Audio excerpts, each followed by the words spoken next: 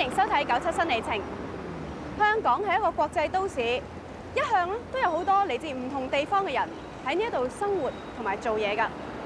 隨住香港主權即將回歸中國，中國嘅專業人士嚟呢一度謀求發展嘅，亦都係比以前多咗。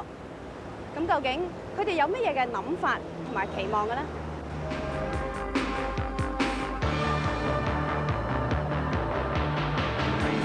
晚上把城內也照亮，猶豫在馬路上，只求在這午夜找一個新方向。你別的城市都找不到，你說你去倫敦、去紐約、去別的城市都沒有香港的這種中西合璧的這種樣的一個環境。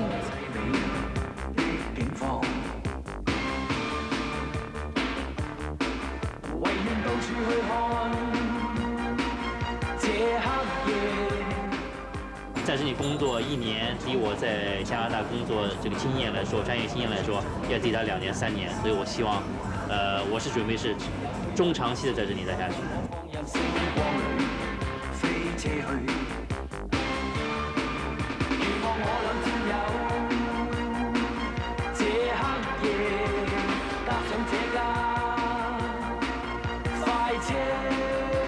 我的位置呢，就在香港這個位置上，因為香港需要這樣的人才，我也需要香港這樣的機會。每到星期五嘅晚上，呢度就會聚集咗唔少嘅人，佢哋交談嘅語言多數都係夾雜咗英文嘅普通話。呢批人大多數係喺中國長大，然後去咗外國留學，喺畢業之後就受聘喺外國嘅機構度工作，成為外國人眼中嘅中國專業人才。依家佢哋係以個人嘅身份嚟香港發展，有啲係所隸屬嘅企業派佢哋嚟香港工作，咁有啲就自己選擇嚟香港揾機會。香港人就是說工作非常勤奮，效率特別高，經濟發展很快。對我個人來說呢，這個職業這個發展的前途也很好。這同加拿大在比都是不可所比的。所以我覺得在這兩者之間，我寧願就是說，把我這個事業中比較重要的時間呢，在這裡花費。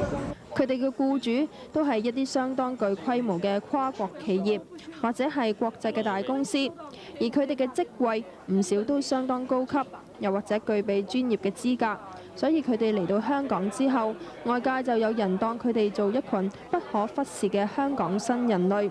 不過佢哋就話，從來唔覺得會喺就業競爭方面威脅到本地嘅人。我們的到來呢，應該說是一方面提供了香港的一個新的一個階層，但是同時呢，這個階層呢又跟香港的一個原有的專業階層呢是一個互補。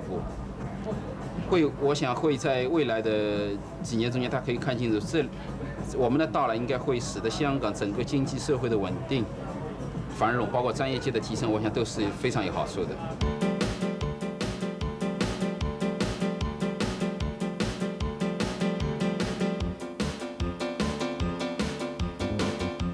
中國的那批人來了，將來就是因為他們跟中國的那個自然的聯繫緊密，然後呢，越來越會把香港的原來本地的做相應事情的這個人呢，會把他擠掉。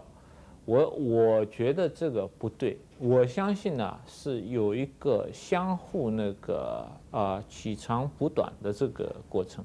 李仲遠認為香港就等於中國嘅一個窗口，依家多咗中國專才嚟香港，除咗可以令到中港兩地嘅人更加了解對方，仲有助香港順利過渡。大陸來的人，畢竟來說就是對整個香港社會的了解要比香港的本地人要差。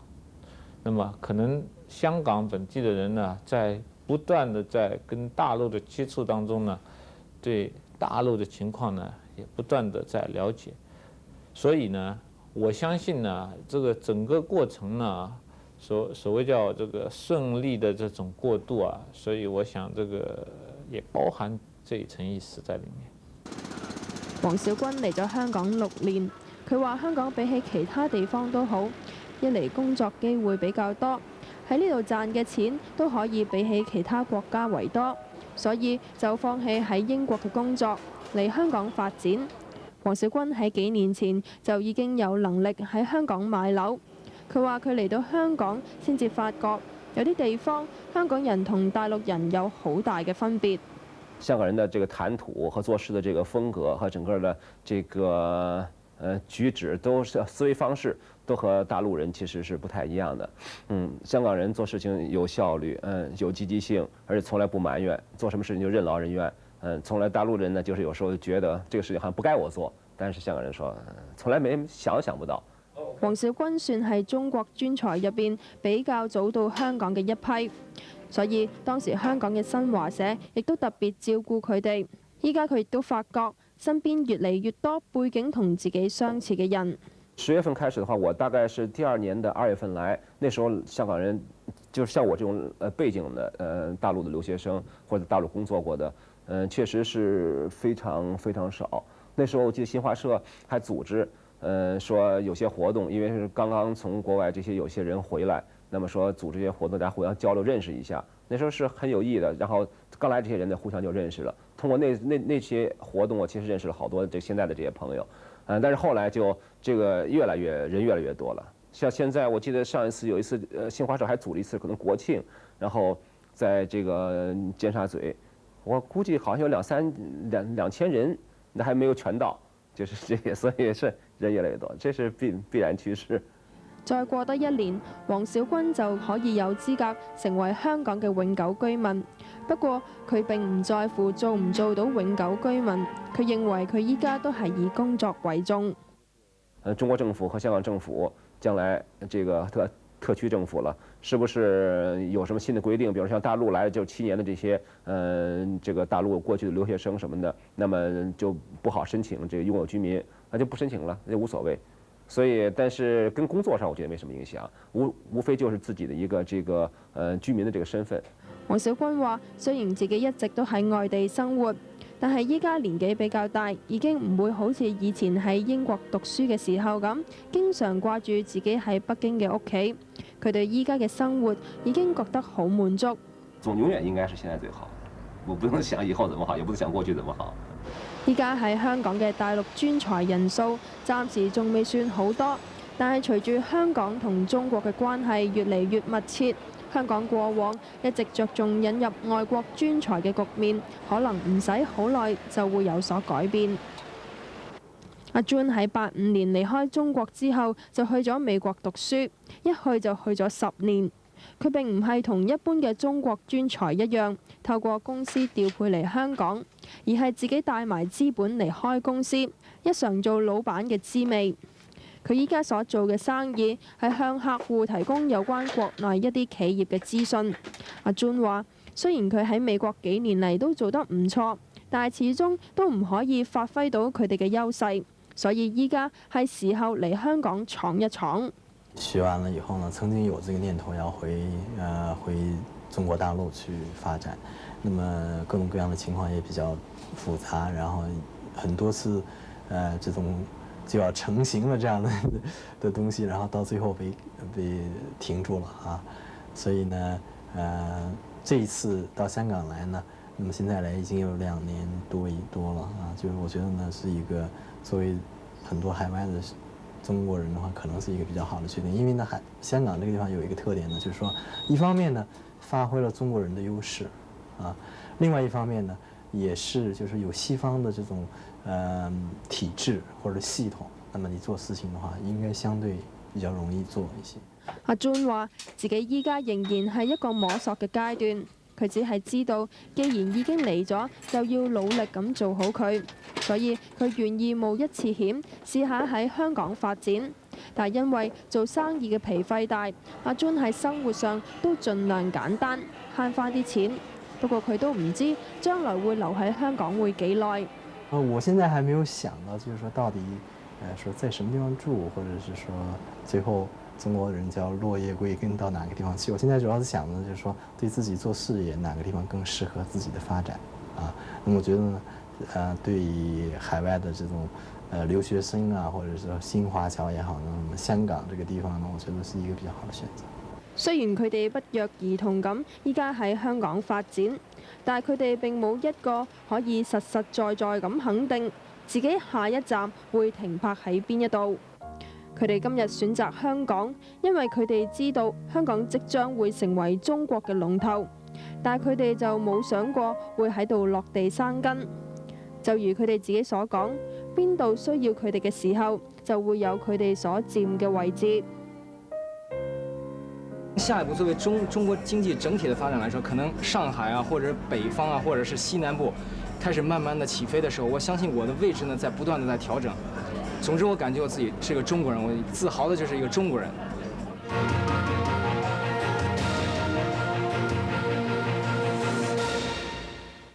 今次我哋會着好多designer 設計嗰啲靚衫一齊玩 catwalk 擺靚靚嘅 pose 俾你哋睇。對於當晚去參加呢個盛會咧，我覺得好開心同埋好興奮㗎，因為咧呢個時刻只不過歷史上係出現一次嘅啫。今晚8點8，跑馬地萬眾同心大會見。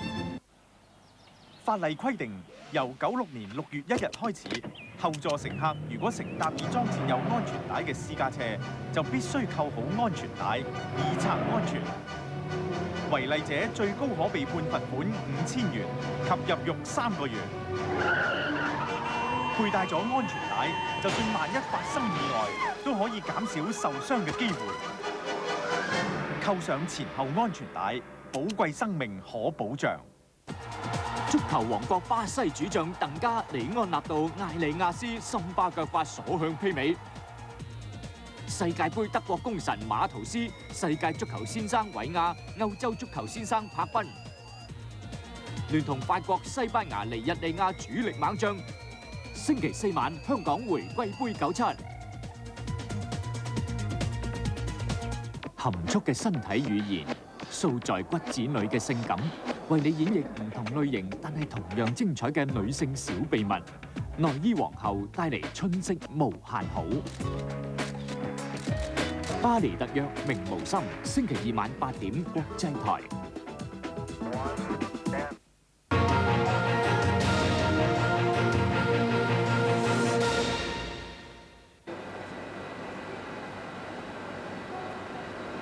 英國人而家嚟香港做嘢咧，條件可能冇以往咁理想啦。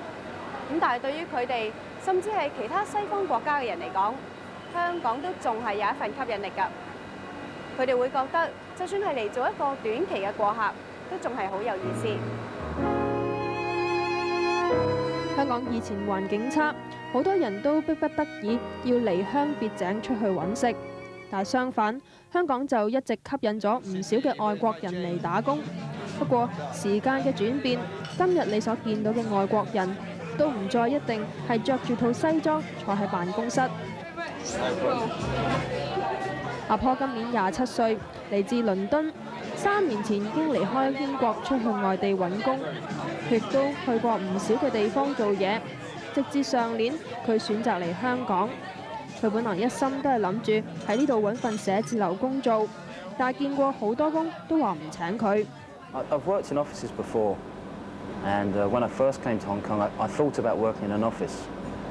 When asking around, a lot of the jobs required Cantonese speaking, and then I got this bar job quite quickly.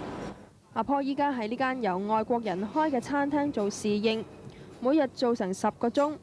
佢覺得想趁後生揾多啲錢，出去第二度見多啲世面。佢話佢有唔少嘅朋友都係過住呢啲漂泊嘅生活，唔喺年老嘅時候先至會返英國嘅老家。At the moment, it's to save as much money as possible, and before moving on. So no one really knows what's going to happen after. So just get my head down, work, get some money behind me, and then maybe move on to another country. Presently, but you have much to learn about handling men. 雖然依家香港再唔會好似過往咁厚待嚟香港打工嘅英國人，但阿坡都覺得冇所謂。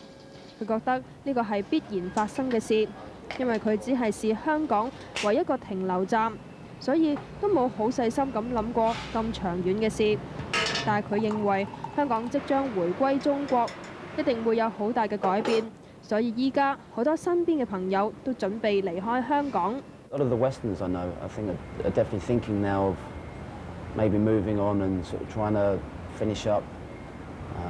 I have people who have sort of come up with ideas for the handover, and they're selling all sorts of things, like one person selling dirt, Hong Kong soil. a friend of mine just come up with the idea. So I think people are trying to sort of, I don't know, people are just trying to earn as much as they can now, waiting to see what happens when the Chinese come in, and if there are any great changes that they can then move on. Gareth 記得初時嚟香港，生活環境都唔係幾好。佢同太太只係負擔得起租呢一棟舊樓嘅一間細房。In fact, we were staying quite close to here in a room which is no bigger than our bedroom now, and we were there for a year and a half. And that was quite difficult because we were both working very hard, coming back to a very small apartment. Gareth 本來喺倫敦係做攝影，但係幾年前碰到一啲喺香港做嘢嘅朋友，佢哋話香港好易揾食，所以就嚟咗呢度。The thing is, once we got out here, we realised how easy it was to work, what a good environment it was, and it's so easy to make contacts here. You know, you can ring up a magazine or a newspaper and see those people the next day, whereas in London you'd get told to either ring back in a month's time or to come round and see them in 3 months' time. Gareth 依家主要係幫啲報紙同埋雜誌影下相。佢覺得香港嘅生活令佢覺得好有生氣，而且生活水平都比喺英國高，所以一嚟就嚟咗4年幾。And I think the lifestyle here is better. You do sacrifice some of the freedoms of travel and getting away, but on the other hand, it's so easy to get domestic help. And I was on the telephone to my friend last week, and the doorbell went, and he said, "What? Who is that?" And I said, "Well, it's the supermarket delivering." And he couldn't believe that I could just ring up and have the food delivered. And he was saying, "I wonder why you don't want to leave Hong Kong." 雖然佢覺得香港嘅生活好適合佢，但係始終呢度都唔係自己嘅地方，所以佢周不時都會問自己，究竟會留喺香港幾耐？ It's a question I always ask myself. I can't see myself going back to the UK, and I think my wife agrees with me there. I sometimes think that when Caitlin is old enough to go to school, and then that would be a crunch time, we'd have to make a decision about where we're going to stay here. But I think because we've been here for so long, it's going to be difficult to leave. You know, almost, you know, if we went anywhere else, we wouldn't have anywhere to live, wouldn't have any jobs. So I can see ourselves staying for a lot longer. 同好多從外地嚟香港嘅人一樣 ，Gareth 都覺得香港係一個多元化嘅社會，可以容納唔同嘅人，同埋亦都幾珍惜喺香港發展嘅機會。Gareth 話：雖然香港就快脱離英國嘅統治，令到佢喺呢度工作冇以前咁方便，但係身為英國人，佢覺得都係等香港人開心，因為始終可以回歸返自己嘅祖國。佢依家都唔覺得回歸會對佢有負面嘅影響，所以佢寧願同一啲做事積極嘅香港人一齊生活，都唔想返去死氣沉沉嘅英國。I think it's just the vibrancy of the place and the fact that there are so many nationalities all living together. So your circle of friends could include, you know, people from the States, people from Australia, New Zealand, China, Singapore, and it's just that kind of international feel. So I think that's the attraction, and that everyone here is very positive. That was another reason why we left London. It was just you felt depressed. The market was depressed. People weren't very happy, and here, everyone's very positive. 人哋話：九仔要移民，點解要移民啫？我移翻嚟添，係咪啫？香港幾好啊？香港係咪啫？文振書喺59年嘅時候，為咗揾食，去咗英國餐館打工，3年前回流返嚟。喺新界原居民入邊，文氏係屬於5大氏族之一。咁依宗族嘅記載，係南宋右丞相文天祥嘅後代。文振書搬返嚟香港，都住返喺中心圍自己嘅祖屋。舒叔話：如果唔係香港當時難揾食，都唔會去英國咁遠。唔係話，我好中意做即係呢個英國嘅公民，你為咗咩咧？生活。如果唔係，我都唔需要漂洋過海啦，正咗係咪啫？如果係香港個時期係咁容易揾嘢做嘅，點解我要過去啫？寄人籬下噶嘛，你過去係咪啫？舒叔話：佢哋係新界人，以前讀書唔多，又唔想耕田。適逢當時港英政府對佢哋原居民特別優待，唔使申請勞工紙就可以去做。舒叔喺英國由企堂做到後期自己開餐廳，佢覺得都苦盡甘來。依家過下退休休閒嘅生活。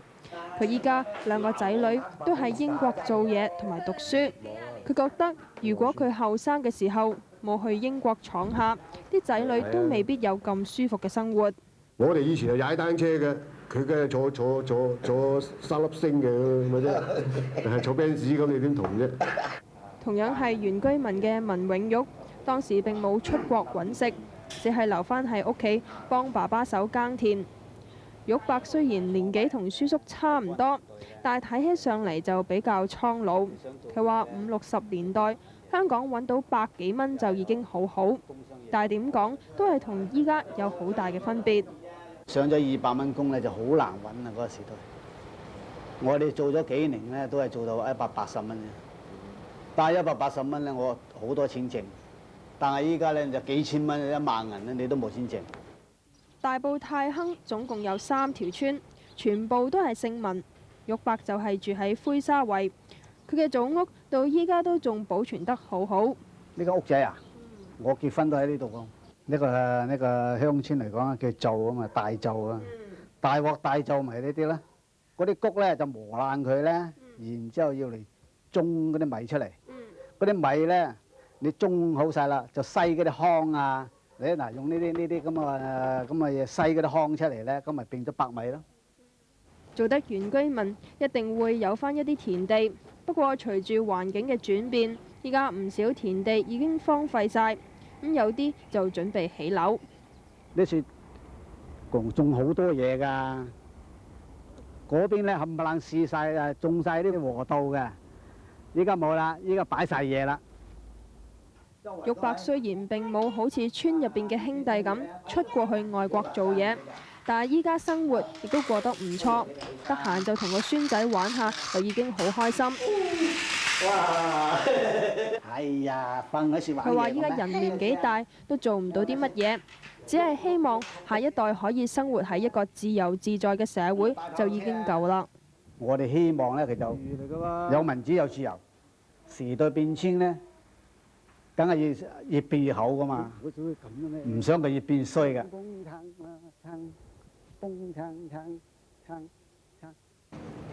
土生土長嘅香港居民，好多對呢一度始終有種講唔盡嘅感情㗎。下星期嘅97新里程，我哋會講下香港嘅工商業幾10年嚟點樣發展，同埋有咩轉變。下星期再見。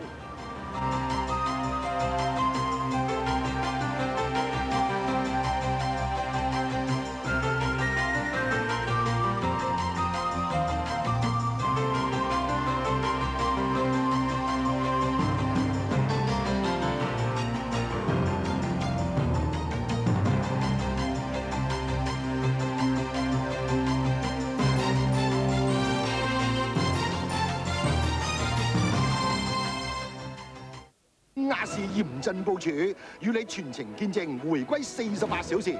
今日下晝1點鐘開始，亞視新聞部與200位精英傾巢駐守中港各地，搶先見證每段歷史性時刻，分享每分回歸喜悅。當晚中外巨星嘉賓更雲集香港福地跑馬地，同心送上回歸日重頭戲。記住，今日下晝1點起，亞視與你全程見證回歸48小時。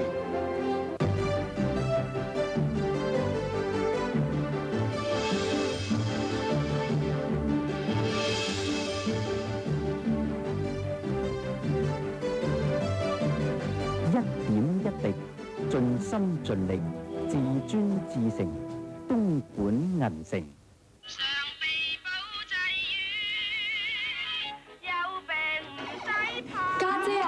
保濟丸喺邊啊？保濟邊？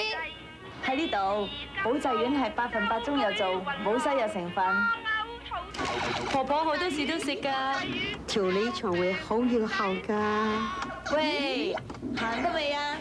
等陣，等我袋住包保濟丸先。有病唔使怕。常備保濟丸，可保4季平安。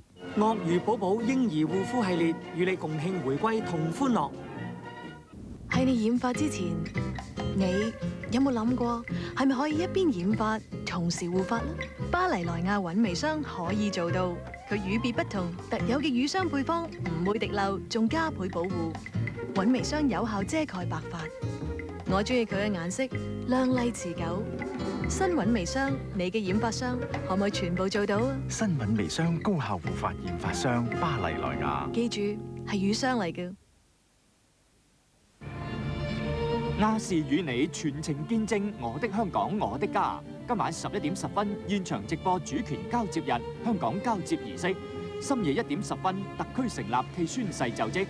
聽日特區成立首日，上午9點15分特區政府成立慶典，下午3點45分北京香港招待酒會，晚上8點中央領導人講話。亞視與你全程見證我的香港段段歷史性時刻。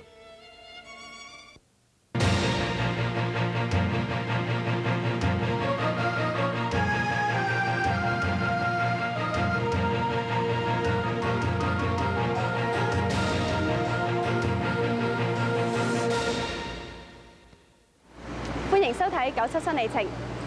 喺過去幾十年，製造業係香港經濟步向繁榮嘅基礎。咁由以往簡陋嘅山寨廠，到而家企業化生產，成功嘅背後其實係有唔少奮鬥嘅艱苦故事㗎。咁同時亦都代表咗香港經濟嘅創業經過。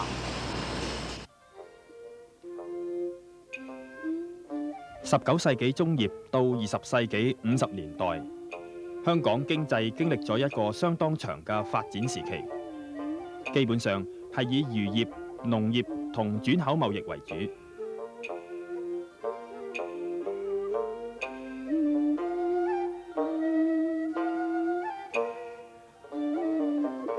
上環嘅高升街同文咸西街係早期比較繁盛嘅地區。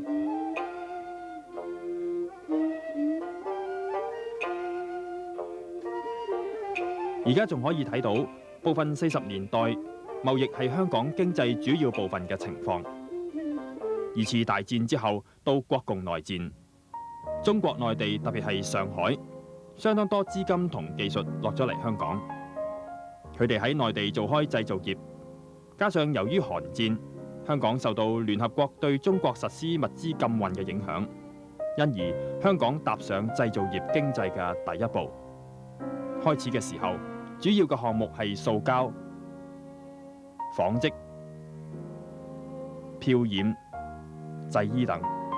之後近40年嘅成就，可以話係一個奇蹟。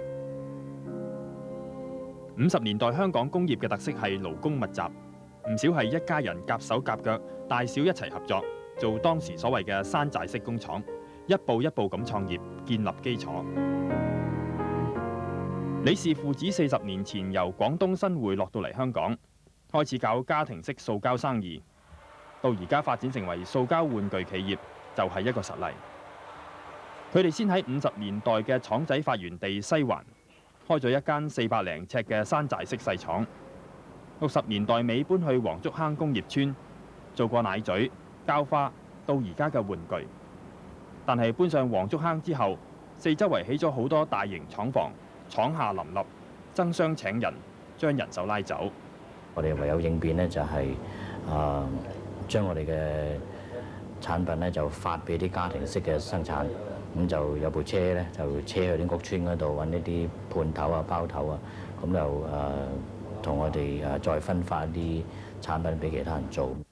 廠房工資成本喺70年代日漸提高，加上中國喺78、79年改革開放。珠江三角洲可以提供廉價勞工，但係勞工嘅質素最初唔理想，廠家唔敢一次過將成間廠搬晒上去。另外有某幾方面亦都唔放心。我哋擔心上大陸之後呢，嗰啲工人嘅質素係咪達到要求啦，同埋就法律是否保障啦。去到佢哋認為嘅發展期，即係80至95年，廠家先至放心喺內地大搞。呢個發展期咧，就我哋開始將所有香港嘅機器咧，牢牢搬晒上大陸啦。咁而去到尾段嘅時候咧，因為開始中國政府開始容許港商可以買地啊，自己起啊，即係買地。所謂買地就係即係有50年嘅使用權咁啦。咁就喺嗰個期間，我哋就連自己買埋地啦，自己起廠房。咁就呢個係一個比較長足嘅發展啦。經歷幾十年嘅磨練同奮鬥，今日香港已經成為全球最大玩具出口商。要保持呢個地位，李沛權有咁嘅睇法。為咗保持呢一個咁嘅領導嘅地位呢，我哋必須咧係要由一個家庭式嘅管理方法咧，就好似山寨式咁嘅管理方法，好似以前咁嘅方法咧，就演變為一種係世界級嘅管理模式，而跟住嗰個模式去做咯。咁如果要達到呢樣嘢咧，必須係要多方面嘅資源咧充分先得。資源包括乜嘢咧？包括人力啦，包括專業嘅人才啦，同埋設備啦。咁而令到呢個資源可以充分咁利用得到咧，就必須亦都係要有一個好有效率嘅資訊科技嘅系統。紡織製衣業係另一項重要嘅工業，曾經為香港製造咗好多勞工就業嘅機會。從事呢行40幾年嘅陳永琪講下呢行嘅故事。打完仗之後咧，好多江浙嘅人士咧，佢將佢自己喺國內嘅紡織廠搬咗嚟香港。咁呢個咧就香港嗰陣時咧就有紗廠啦，即係所謂紗廠老闆咁就係咁出嚟嘅。60年代製衣廠出口越搞越大，於是歐美各國對香港設立出口配額，令當時紡織製衣同相關行業嘅前景蒙上陰影。咁嗰啲製衣廠要生存，要一路發展落去啊！咁點發展呢？咁喺70年代開始咧，就好多製衣廠咧就係開始咧向外發展，向東南亞發展，向呢個毛里求斯發展。有啲仲走到去中美洲發展。咁咧就開咗好多製衣廠喺香港境內，因為嗰啲地方唔限配額，香港限咗配額。到80年代，香港紡織製衣業同其他製造業都面對經濟成熟期嘅困難，例如人工貴，加上香港地價高，生產成本唔再好似50、60年代咁平，競爭力開始下降。香港嘅整體工業面對困境。當時中國開始改革開放，廠家於是開始向內地進發。到80年代，中國改革開放，咁咧香港嘅紡織廠就係染廠，亦都係搬去呢個中國內地生產，就再供應翻香港嘅廠商。跟住咧就係中國從好多地方都可以做生意啦。香港嘅製衣廠商又去大陸設廠，開好大嘅製衣廠要嚟做要嚟供應日本呢個市場，供應呢個南美洲嘅市場、澳洲嘅市場，嗰啲叫做 non-quota country， 即係唔限配額嗰啲地區。咁而家咧到今日為止咧，香港嘅製衣廠商咧控制咗好多製衣廠喺世界各地，喺東南亞、喺中美洲。如果沒有你，唔少觀眾相信對呢啲鏡頭應該唔會陌生。喺政府屋邨有老人家、婦女剪線頭，以前係好普遍嘅現象。中國人傳統勤力工作嘅美德，到今時今日接近20世紀尾，仲可以見得到，一啲都唔容易。就呢個中意呢個剪褲啊，即係間中剪間中唔剪噶嘛？點解咧？中意就剪兩帶啦，條鬼咁悶啊，唔中意就唔剪咯。牛仔褲行業喺60年代尾、70年代初開始發展，佢嘅蓬勃同72、73年股票風暴有直接關係。楊超喺60年代後期由內地落嚟香港，由牛仔褲廠雜工、燙衣、領班、廠長，做到現在跨國牛仔褲嘅商家。楊超話：73年3月，恒生指數由1007點喺唔夠3個禮拜跌咗超過1000點，係牛仔褲製衣業興旺翻嘅原因。 73年嗰陣咧，就股票由1700點咧就冧咗落嚟，由於一冧咗落嚟咧，就令到整個市面咧稍為會蕭條咗好多啦。蕭條好多，既然股票冇出路咧，好多人慢慢又會回翻嚟睇翻個實業，做翻啲實業。普通嘅工人嗰陣工人咧比較充裕啦，由於整個市面唔好咧，工人嘅充裕程度就多咗。仲加上銀行方面咧，銀行方面對貸款響工業方面咧，亦又寬鬆咗好多。除咗香港內在因素之外，香港以外嘅時裝潮流亦有助於香港牛仔褲製造業嘅興旺。有一紮嘅時裝設計家就將嗰個 fashion 即係時裝嘅意念注入咗牛仔褲，令到牛仔褲咧以前係只係一個單一嘅一個好簡單嘅一條褲。單一嘅牛仔褲咧變咗多樣化，咁因此令到另外一個意念就只係講將個時裝咧一個普及化咗，同埋生活化咗。據楊超講，80年代發明咗一種洗水牛仔褲，牛仔布染色之後係會甩色㗎，一甩色就帶嚟新鮮感。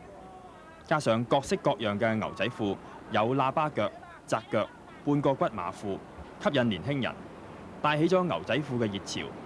連鎖關係到市面都旺返。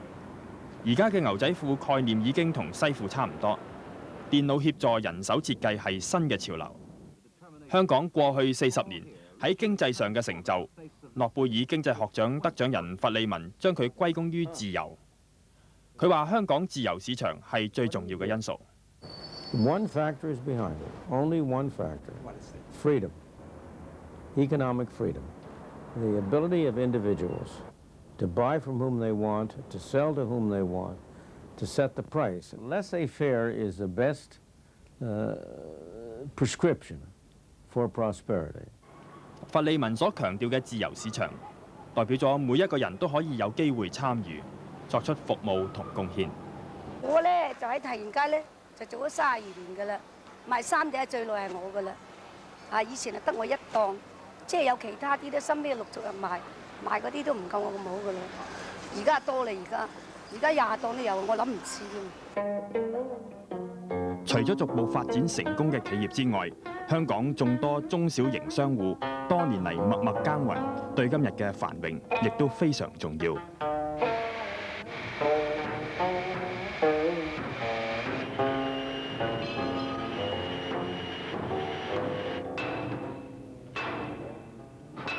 製造業步向多元化，唔同嘅產品發展過程亦都各有不同。咁下一節翻嚟，我哋仲會睇下香港嘅製造業今日面對咩嘅問題，未來前景又有乜嘢可以選擇？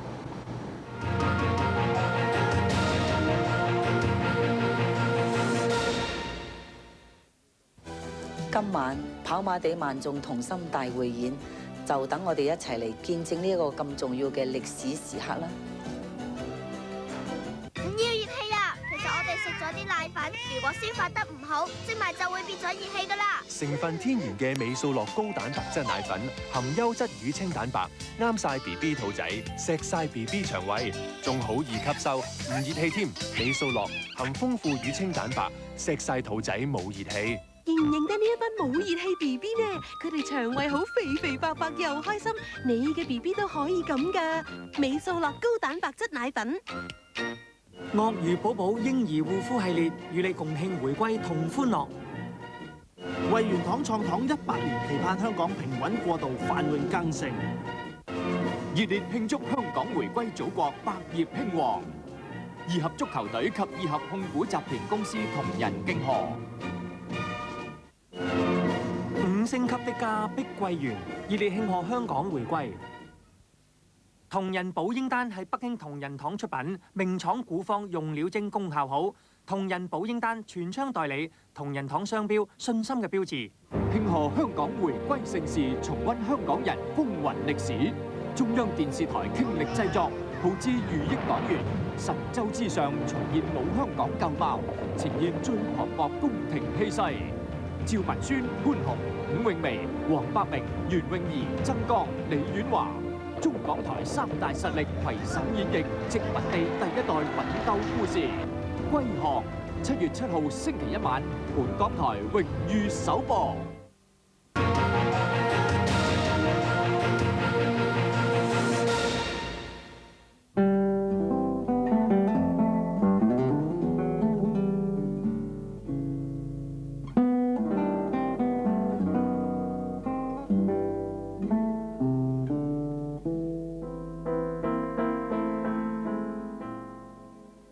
香港眾多行業之中，鐘錶業有佢輝煌嘅一頁。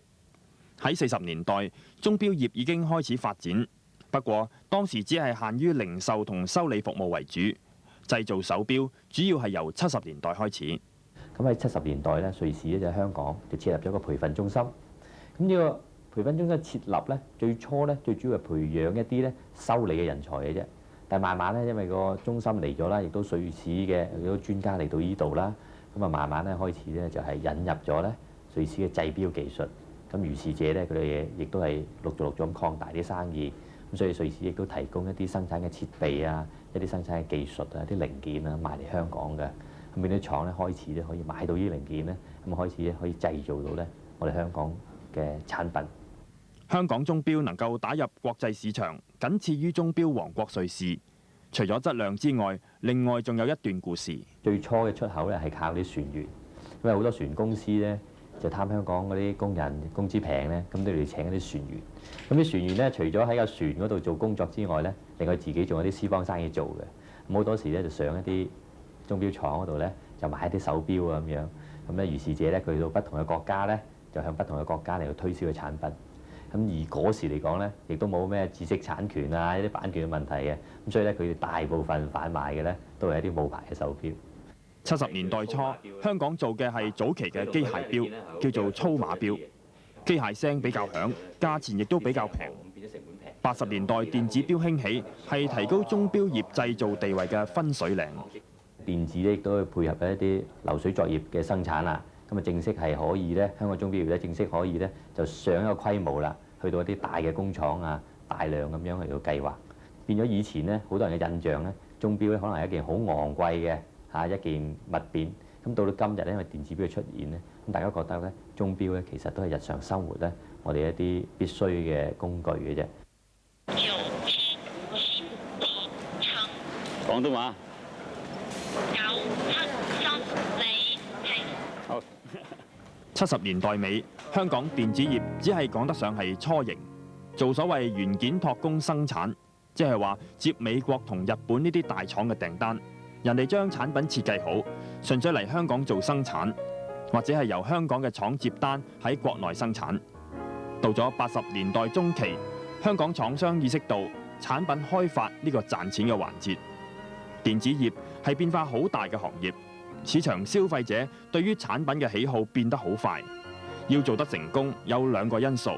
有2樣嘢係即係喺第時一定要做得好嘅。第一樣嘢就係嗰個產品嗰個創意啊。咁啊，因為電子產品個週期越嚟越短啦。咁如果你有一個好嘅創意，啲產品能夠可以快過人哋去入到市場咧，咁你喺頭嗰幾個月或者半年1年咧就賺錢，之後再跟咧嗰個賺錢能力已經降低咗好多。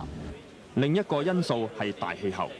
咁啊，記得好似喺94、95年啊咁樣，即係93、94年嗰時候咧，中國宏觀調控，咁啊香港經濟又放緩啦。咁嗰時候咧就曾經咧，我哋公司都係有一段調整時間。譚偉豪認為香港電子業嘅競爭目標應該擺高啲。而家要去做產品去競爭咧，唔係淨係同香港或者係大陸嘅廠商去競爭啦，而係同真係世界一流嘅廠商，好似美國、日本嗰啲廠商去競爭啦。咁啊，產品方向都係以電腦通訊嘅結合為主㗎啦。譚偉豪認為未來嘅香港產品應該要走上高增值嘅路向，但係點樣先至可以做得到呢？點樣先可以高增值咧？就係有科研同埋有產品創意嚇。咁啊，呢2樣嘢係必然嘅啦。點樣做咧？我諗香港政府喺科技園啊、工業支援啊等等都開始慢慢察覺得到咧，好似其他亞洲4小龍咁樣去多啲喺方面咧就去鞏固香港嘅工業嘅實力嚇。譚偉豪曾經喺今年3月尾跟香港政府有關嘅部門去視察亞太區幾個地方，做過研究。佢認為香港以往嘅不干預政策需要重新檢討。如果話全個世界或者亞洲嚟講咧，其他國家大家都唔去有咩特別嘅動作嘅時候咧，咁喺香港咧仍然保持翻呢一個不干預政策，我覺得係冇問題。但係當我哋嘅競爭對手鄰近嘅國家，佢哋政府好積極咁樣去諗辦法去支援嘅時候咧，如果香港政府唔做咧，就話香港嘅工業咧就會俾人哋咧就個競爭能力就會差咗啲。香港製造業喺70年代到達頂峰，佔本地生產總值比重30%，跟住逐漸回落。由於外來嘅競爭同73年石油危機，香港經濟開始多元化，金融、旅遊、房地產興起。80年代初，製造業佔生產總值接近2成半，去到96年只有9個百分點左右。而第三產業，例如金融、服務業等等，佔本地生產總值由70年代約莫6成，增加到95年超過8成。有人認為香港經濟可以順勢全盤發展第三產業。香港工業總會主席唐英年被特區行政長官董建華委派就香港特區工業做研究，報告會喺今年10月完成。唐英年唔贊成未來香港一面倒走向金融業，應該維持部分嘅工業。對於一個地區嚟講咧，即係如果你話喺工業嗰方面完全唔做嘢嘅話咧，我相信咧，就對於人才培訓嘅提高啊，或者對於就業機會嘅穩定啊，對於科技嗰方面嘅發展，而令到你嘅發展服務性行業繼續有得發展咧，即係我相信咧，呢幾點咧都會得順息嘅。唐英年贊成喺大嶼山留一塊地建立工業園，特別係科技研究同發展。佢鼓勵設立一啲地方，俾跨國高科技公司設立總部。最好嘅方式咧，當然就係可以有一個特別嘅工業園，或者係一個特別嘅科技園啊、商業園啊咁上下嘅構思咧，令到佢哋係可以喺香港成立一個亞太嘅總部。咁喺呢一點咧，就即係亦都好好咧，就係政府咧喺呢一方面咧已經係諗緊喺大嶼山嗰度就留一塊地。咁我會得全力支持呢一個計劃嘅。港大香港經濟研究中心主任黃于漸就依然信賴香港現有嘅市場經濟制度，由企業家就市場嘅情況去做決定，唔需要政府干預。未來發展嘢咧都係不能預測嘅。咁最主要嘅問題咧就係話咧就唔可以話死咧向邊一個方面向發展。最主要咧就係有一個自由嘅市場，一個開放嘅政策。咁啊呢個而且咧容許政府咧就容許市場裏邊由企業家咧自己咧就去尋找佢認為最能夠符合佢自己嘅生產嘅利益嘅工作去做。咁呢個可能係服務業，可能係製造業。姑勿論係邊一樣嘢咧，互相都會有，只要能夠創造到價值與財富咧，就係適合啦。工業家蔣震喺1949年由內地嚟香港，做過飛機修理學徒。1958年成立製造一般機械嘅震雄集團。蔣震唔同意話香港工業已經到咗盡頭呢個講法。佢話97回歸反而係工業嘅開始。佢認為30年嚟香港對工業採取不干預政策係英國政府嘅策略。因為香港是一個英國的殖民地，它殖民地英國是個工業國。那麼它的工業要發展，香港工業與英國工業對抗，它的工業產品往邊度銷啦？那麼所以它必須呢對香港工業唔支持，由你自己發展，我也唔過問。站在英國立場是對的，站在中國立場是錯的。尤其1997年之後呢，中國香港特區政府應該大力支援工業，使得工業能推上一個更高嘅層次。蔣震喺中港台都有設廠。佢認為香港有幾樣其他亞洲工業城市欠缺嘅優點，例如政治穩定、生活自由，係香港工業經濟嘅優勢。在香港自由度非常之高，在台灣沒這麼自由，在韓國也沒這麼自由，在新加坡也一樣受到某些限制。在香港冇任何限制力，在香港政治穩定，冇街頭抗議好少，偶爾上街遊行、請願呢，是絕大的被人民的一個不滿的現狀發洩，但是沒一個暴力行動。蔣震指出，同亞洲4小龍比較，香港喺工資方面嘅成本最平，係另一個相對優勢。新加坡的人工比香港平啊，是贵了？贵 ，OK。那么台湾的人工比香港又如何呢？又还贵，啊，因为我台湾有厂嘛。我韩国的人工现在怎么样呢？最贵。那么日本的人工又如何呢？我想全世界最贵的了。那么这么高、这么多的工业地区，他们的人工都贵过香港，为什么香港没这个条件呢？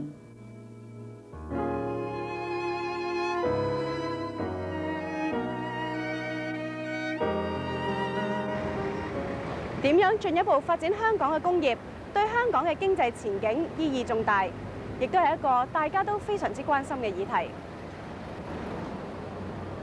咁香港目前發展非常蓬勃嘅金融同埋服務業，發展路向又係點樣呢？請留意下星期嘅97新里程，下次節目時間再見。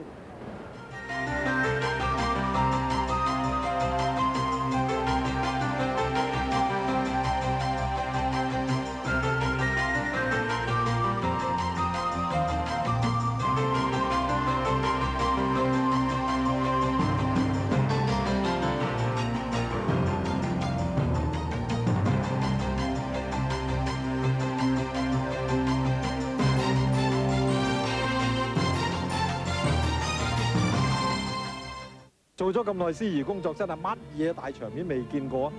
但係好似呢一個咁大陣仗、咁有歷史代表性嘅大 show 咧，我都係第一次做啫。同天王巨星一齊倒數，同4000幾位嘉賓同台演出，仲有2萬幾位觀眾同時喺度感受呢個歷史性嘅時刻。亞視跑馬地萬眾同心大匯演。匯豐空調昌基王具有獨家專利嘅下出風結構，避免咗氣流短路，冷氣循環更合理。散佈均勻，製冷強勁，慳電慳錢，小巧精緻，安裝方便，調校睡眠功能，噪音更低，室溫控制，隨心所欲。窗口機嘅價格，分體機嘅享受。匯豐昌基王。中山東方花園耗資8億，近1000棟現樓湖景別墅，1300尺孖屋別墅連過1000尺私家花園，只係賣33萬幾起，首期1成。展銷會喺6月28日至7月2號，佐敦地鐵站4海大廈。置業國際代理。加入亞洲電視，成為我哋嘅一份子。亞洲電視現有下列職位空缺。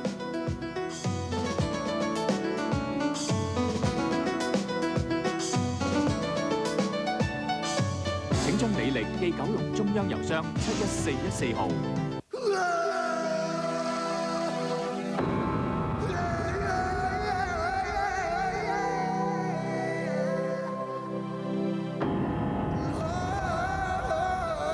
公平嘅競賽出現不擇手段嘅人，會令你忍無可忍。廉政公署竭力維護公義，剷除破壞分子。香港勝在有 ICAC。呢間屋係我爸爸起㗎，已經差唔多有100年㗎啦。呢係我哋祖先歷年嚟所得到嘅威水史嚟㗎。一般打香港嘅時候呢，連衫咁晚都冇得着啦。我知道以前阿爺嗰代係好辛苦咯。現在個孫嗰代呢，屋企家庭嘅環境好過以前。而家社會上邊嘅競爭係大咗好多咯，身邊好多人都幾冷酷無情咯。希望教導佢勤力啲，將來為社會服務。留喺香港，我知道我唔會捨得呢個地方。全程見證我的香港，我的家。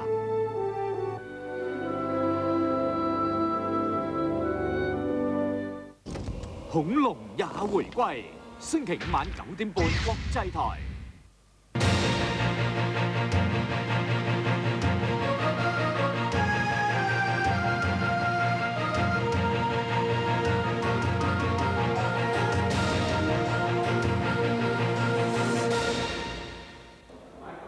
歡迎收睇97新里程。喺上一集，我哋介紹咗香港製造業嘅創業故事。到咗80年代，服務業成為咗香港嘅經濟支柱。好似為遊客提供服務嘅酒店業就係其中之一。而同酒店業息息相關嘅旅遊業，又稱為無煙工業，近年嘅發展就比傳統工業更加突出。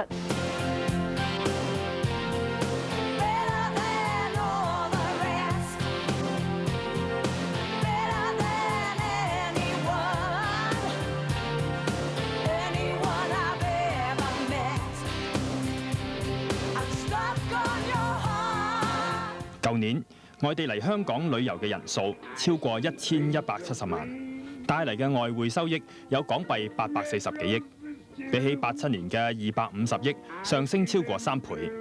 喺呢一年，旅遊業亦都取代咗製衣業，成為香港賺取外匯最多嘅工業。旅遊協會總幹事陳鄭以艷認為，香港旅遊業蓬勃係由於港府50年代開始有長遠計劃，大力發展嘅成果。我哋係1957年6月21日成立嘅，咁即係啱啱40年啦。我諗係當時嘅財政司郭伯偉先生佢嘅提出嚟嘅意見，咁亦都得到當時嘅港督嘅同意，同埋行政局嘅立法局嘅同意啦。咁其實嗰陣時咧，我覺得真係一個遠見，係一個好長遠嘅投資嚟嘅。我哋睇翻記錄，1957年嚟香港嘅旅客只不過5萬人啫嘛。到到舊年1996年，我哋已經差唔多1170萬。遊客越嚟越多，旅遊業賺嘅外匯數字越嚟越大，係相關嘅行業，包括酒店、飲食、百貨業等等，亦都製造咗好多就業嘅機會。喺呢啲相關行業嘅就業人數，而家就超過36萬。旅遊協會未來嘅目標係透過投資更多嘅旅遊點，令到香港吸引遊客嘅條件推上更高嘅水平。陳鄭以艷解釋話：呢啲長遠投資係有價值嘅。如果我哋將來起嘅新嘅酒店、新嘅旅遊設施啊、旅遊基建啊，我諗會提供更多就業嘅機會。咁呢一方面呢，我覺得對香港好重要，整個經濟嘅發展。咁同埋呢啲工作係唔可以搬去第二度做嘅，一定要喺香港做嘅。即係你唔可以話將一個人搬去第二度嚟迎接一個遊客或者執房，咁你一定要個人喺香港先可以清理到個酒店房嘅。咁所以好多嘢呢，就其實對經濟嘅發展好重要。旅遊業嘅成功，香港嘅服務業質素高係原因之一，其中酒店業扮演極重要嘅角色。香港好早已經係省港澳嘅貿易橋梁。50年代供預式客棧相當多。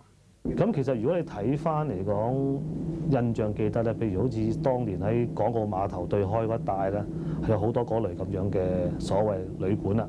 因為事實上好多人嚟香港、去澳門、上廣州咧，經過香港需要住咧，咁嗰度係最方便嘅。60、70年代香港酒店業開始發展，新酒店集中喺中環，酒店業開始蓬勃，同中國踏上開放有關。因為中國當時仲係啱啱開放初期啦，有好多嘢係未曾達到一般嗰個需求嘅。而香港呢段時間咧，可以做到嗰個角色，做一個南方嘅橋梁入中國大門口。即係好多旅客對中國係一個好新鮮嘅印象。對於中國當時咁多年嗰個封閉之後開放咧，對佢個認識唔深嘅。因為當時一個好大嘅市場。咁形成咗好多外國旅客都希望喺中國能夠咧係建立佢哋本身嗰個將來經濟網，或者將來中國個市場個開放等等咧，咁形成咗一個旅客同埋商旅大量咧去中國時間咧，經過香港當時係唯一即係最主要嘅通道。踏入80年代，中國進一步開放，外國旅客同商人更有興趣去內地觀光，開拓市場，而且香港酒店嘅管理同人員培訓亦都逐漸進入成熟嘅階段。如果睇到嗰個酒店嘅管理方面嚟講咧，人才嘅需求咧，喺嗰段時間漸漸咗好多香港人因為喺外國接受教育啦，同埋亦都香港嘅管理亦都學到外國嘅管理啦，而漸漸形成咗有關咁嘅酒店管理香港。而逐漸咧，投資者覺得如果我有咁嘅經驗嘅時間咧，我去管理我自己嘅酒店咧，咁所以睇到喺嗰段時間有好多新嘅酒店咧，係陸續建成嘅。80年代。好多原本以發展地產為主嘅集團已經開始分散投資，其中投資酒店業嘅係其中之一。當一個集團發展一個好大嘅規模或者一定嘅規模之後咧，佢將佢嗰個投資會比較分散咗啦，或者向各方面都盡量去投資。咁酒店咧係一個其中之一個同地產扯上關係嘅項目。以前我哋好多酒店都要交由嗰啲所謂外國管理公司去管理，目前亦都有部分係咁。咁但係大部分已經係香港本身咧係自己做翻。而啲香港人都可以咁講，好驕傲講就係成立翻佢自己嘅跨國管理公司。咁我相信而家喺全世界嚟講咧，擁有酒店管理公司嘅世界嚟講，香港係擁有最多。你覺得而家樓價算唔算好高啊？認真高啊，好高添啊！咁你而家係自己買私人樓住定係租緊樓住啊？租㗎。你而家覺得咧，香港而家嘅樓價咧，算唔算高咧？高啊，好唔合理咯，即係好唔 reasonable 咯，根本啲人都唔知點樣去afford 一個樓。咁啊，你自己係租樓住定係買樓住啊？而家買。80年代香港經濟高速成長，市民置業安居嘅需求越嚟越大。由於供求嘅關係，私人樓宇價格經常大漲小回，樓價持續喺高水平，吸引唔少人買樓作為保值嘅工具。另外，香港以至到海外財團亦都着眼於投資落香港嘅地產物業，喺比較短嘅時間內賺取較高嘅回報。中英聯合聲明規限咗香港嘅土地供應，加上中國改革開放，香港經濟結構轉變，呢啲都造成咗一定嘅影響。地產代理商施永青認為，香港中產階級人數增加，同佢哋嘅購買能力增強，亦係令到80年代樓價上升嘅原因。就香港嘅購買力之所以能夠提高得咁快呢，好重要嘅原因就係中國開放改革，好多香港嘅廠家呢都將工廠呢就搬咗入去大陸，咁令到香港嗰啲人所扮演嘅角色呢就同過往唔同。譬如喺70年代香港工業生產為主嘅時候呢，大概有80萬到勞動人口。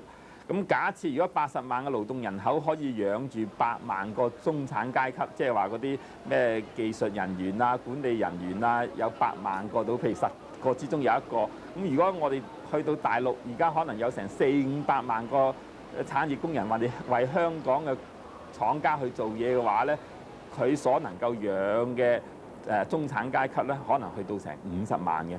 咁變咗呢，就呢班人呢係嗰個產品高收入嗰部分，譬如做即係產品設計啊、市場推廣啊、財務安排啊，喺啲管理上嗰啲工作呢，收入係比較高嘅。咁呢班人即係中產階層嘅人口多咗呢，佢購買樓嘅能力同埋需求呢，亦都大大提升。呢個係造成呢個80年代、90年代樓價之所以能夠急升嘅一個主要原因。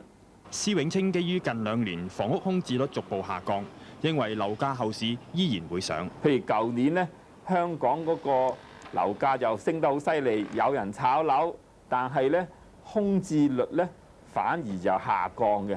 咁由4.1去到好似3.7嘅水平。咁即係話呢，雖然有人炒完一輪呢，都有用家折，即係話用家嘅購買力呢，仍然係好強，就唔係話炒家就持貨丟空喺度。咁呢種情況咧，反映香港真係有需求，亦都有人買得起樓。而另一位業內人士就指出，香港房屋已經唔單純係必需品，而係一種投資嘅工具，所以樓價未必要跟購買力拉上絕對嘅關係。過往呢10幾年來，係因為中國嘅改革開放咧，我哋變咗中國一個最重要嘅服務中心嚇。咁亦都因為我哋先天性有地少人多嘅關係，所以呢嗰個價錢呢係上升，甚至同所謂購買力係脫鈎。咁大家要知道，只要佢係投資嘅工具嘅時候呢，佢冇咁嘅必要去要跟個購買力或者個平均嘅購買力去掛鈎嘅。香港97回歸中國，樓價會唔會變呢？又有啲乜嘢因素會影響到呢？港府估計20年後香港人口會增加到820萬。需求大量增加係勢所必然嘅。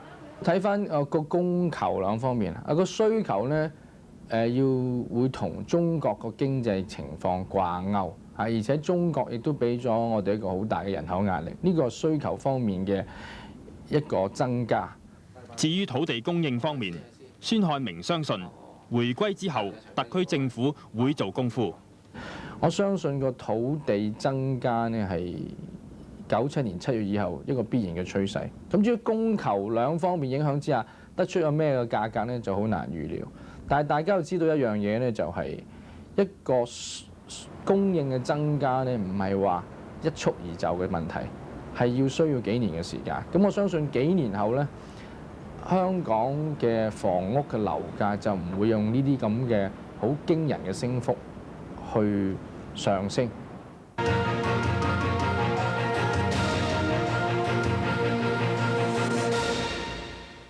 亞視嚴陣部署，與你全程見證回歸48小時。今日下晝1點鐘開始，亞視新聞部與200位精英傾巢駐守中港各地，搶先見證每段歷史性時刻，分享每分回歸喜悅。當晚中外巨星嘉賓更雲集香港福地跑馬地，同心送上回歸日重頭戲。記住，今日下晝1點起，亞視與你全程見證回歸48小時。97回歸中港通，而家距離回歸仲有13個鐘頭。返工返學去旅行，記得帶埋四周營養果麥啊！佢裡面係香脆嘅全麥片同生果粒，外面係香甜嘅乳酪。好味道又夠營養。四周營養果麥係方便嘅健康小食。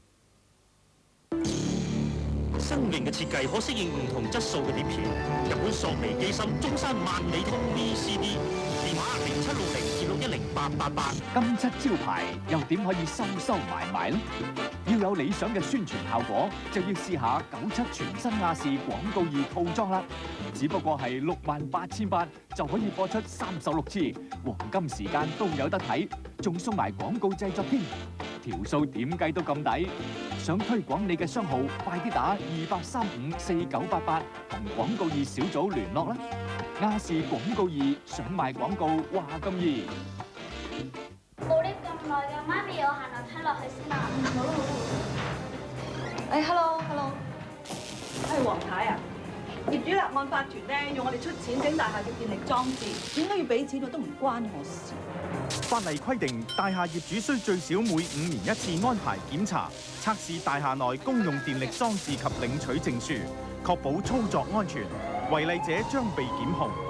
電力裝置保安全，定期檢查莫遲疑。慶賀香港回歸盛事，重溫香港人風雲歷史。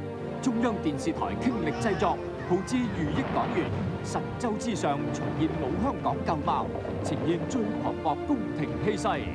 趙文宣、潘虹、伍詠薇、黃百鳴、袁詠儀、曾江、李婉華，中港台3大實力攜手演繹殖民地第一代奮鬥故事。歸航7月7號星期1晚，本港台榮譽首播。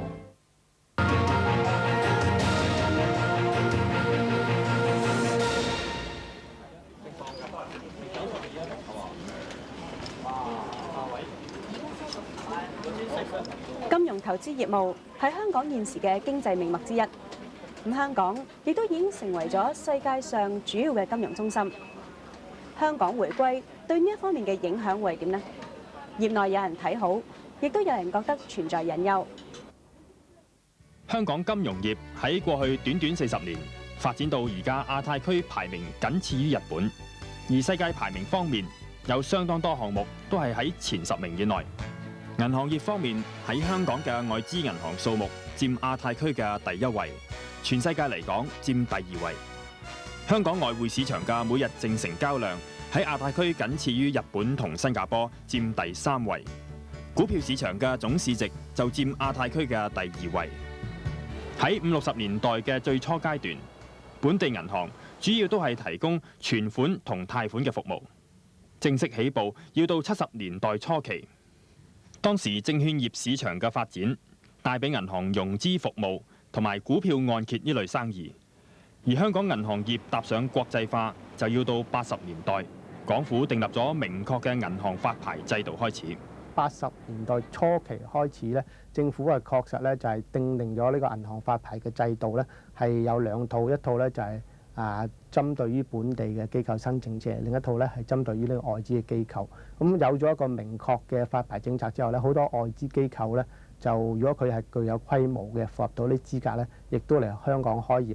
因為當時嚟講，香港本身個經濟係發展得比較迅速，咁再加上咧就係嗰個國內方面亦都開始奉行嗰個經濟開放嘅政策，咁變咗咧就嗰個業務嘅前景嚟講喺當時嚟講係相當樂觀嘅，咁係對於外資嘅金融機構有一定嘅吸引力喺度。不過，銀行業嘅成熟期就要到80年代嘅後期。雖然正話講過就係80年代初期咧，香港個銀行業嘅發展就好迅速、蓬勃啦。咁但係其實到鞏固或者成熟期咧，係80年代後期、90年代初嘅之後嘅事。